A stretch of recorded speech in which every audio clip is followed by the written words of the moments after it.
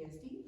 I'm going to tell you guys about what PTSD is, what it can look like, who it affects, and we're going to talk a little bit about the stigma around mental health in first responders.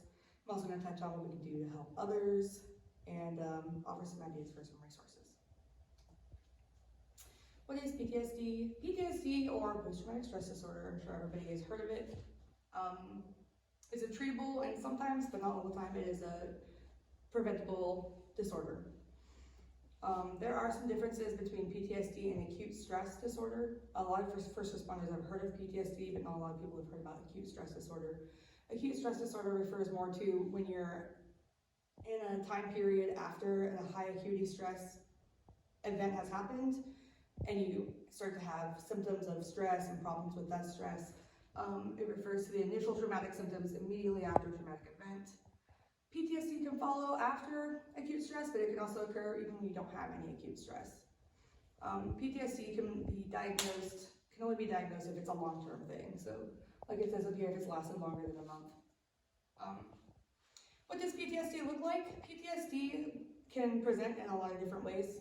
People can present with agitation, irritability, hostility. You can also have people that are hypervigilant. If they're trying really hard to do things perfectly every time, that can be a symptom of it. Self-destructive behavior or isolating yourself can also be symptoms of PTSD. We talk about who's affected by acute stress in 911, and that is literally everyone. There is a stigma around having any sort of emotional reaction or reacting emotionally to the things that we see as first responders. I will say that first responders that are at high acuity or high volume stations or high volume services are more likely to go from acute stress to PTSD because they have no time in between to really process that acute stress. Where we're really fortunate here at this station to have that downtime.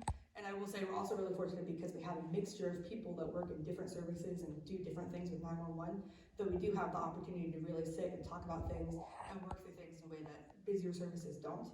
So we'll say that's kind of a blessing. Everyone can be affected by PTSD. Not everyone can have the emotional maturity to admit that they've been affected by it.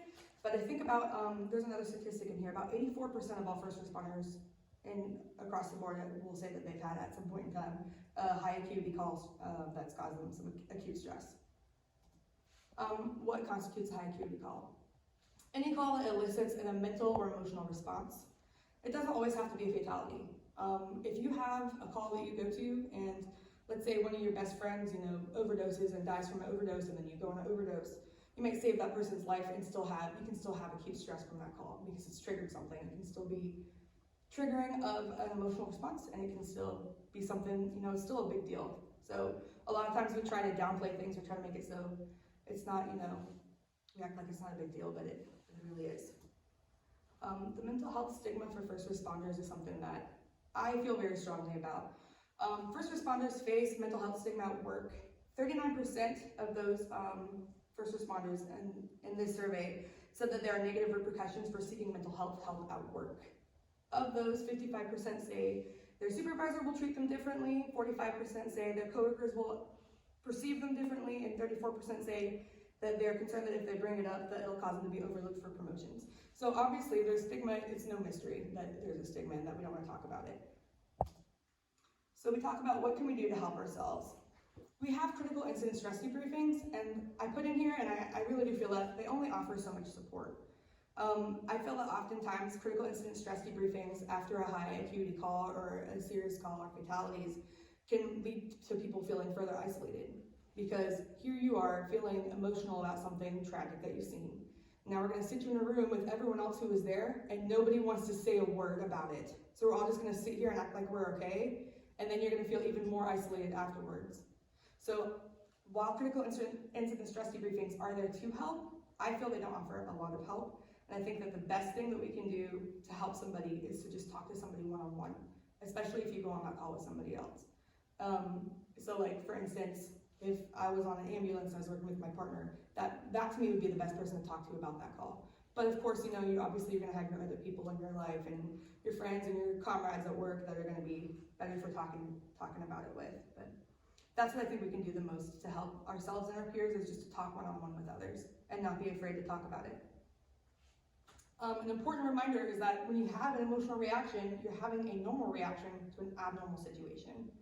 You're not broken, you're not stupid, you're not weak. This is normal. And I think that's one of the hardest parts of the stigma behind everything is, especially, again, we get these big groups of people, and the more we act like we're okay, the more we feel like something's wrong with us. I think it's so important to remember that you're normal. You're having a completely normal reaction, and that there's nothing wrong with you for having a reaction. Your peers and friends could be suffering. Obviously, I think suffering is a funny word because nobody wants to be a victim, no one wants to be hurting. But I think the best thing that you can do is make sure that you have your circle of people that you can be honest with, that you can talk to and say, man, I'm not doing so hot, and here's why. And if you have calls that make you feel extremely emotional, or that you have any sort of reaction to, and you can recognize in yourself, I'm having a reaction, don't be afraid to talk about it, because I think that's our biggest problem. It's okay to take turns needing help. I threw some resources up here. Code Green is pretty popular. They do offer everything from hotlines to local therapy. In fact, if you go to their websites, they actually have, in North Carolina, they have resources in Fayetteville, they have them in Raleigh.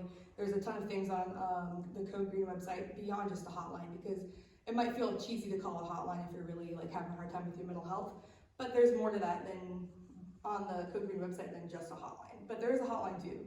So outside of being able to help yourself with your peers and your personal relationships and those resources, Code Green is a great external resource too. Also, the NCFFPS is they offer a lot of information about where you can find local help too. It's out in Fayetteville. Here's some more information. Let me say I can a little cartoon. I can rescue myself. The Code Green campaign. There's some phone numbers up here. Here's some more examples of some common symptoms. A lot of times when we have PTSD, we can relive past traumatic events, have anxiety, or just feel completely detached. We'll find a way to just detach ourselves and isolate ourselves. 85%, here we go, this is what I was talking about, have experienced symptoms related to mental health issues.